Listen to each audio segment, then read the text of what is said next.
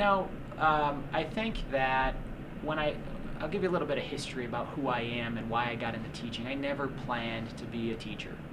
And I took high school Spanish. I had a great teacher, and I just enjoyed it. And when I went to college, went to school at the University of Richmond.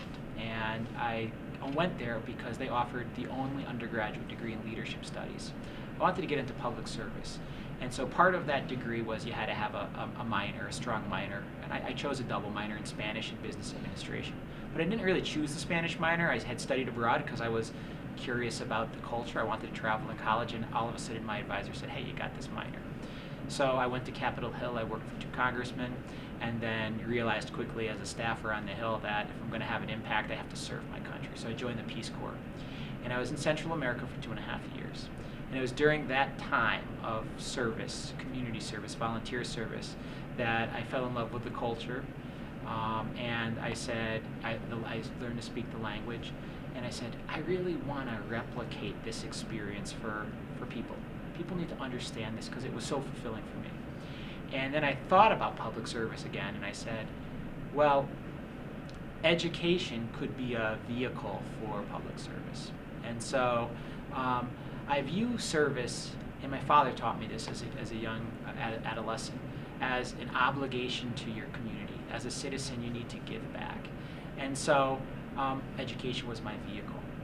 Well, I started being a Spanish teacher. I started taking students to Costa Rica, replicating the experience over the summer of the Peace Corps, where they were doing service in a small community.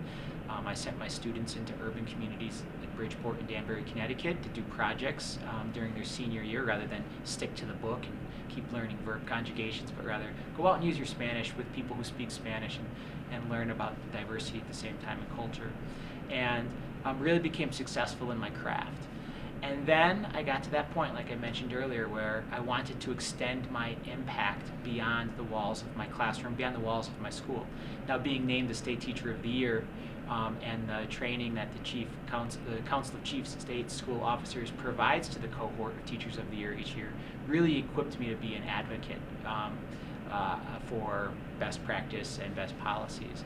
And so I began that as a teacher leader and started to work on the state and national level, advocating for policies. My interest in government came back. I had that interest. Originally, I wanted to get into government work, and so it was a perfect fit for me in that policy leadership, bucket.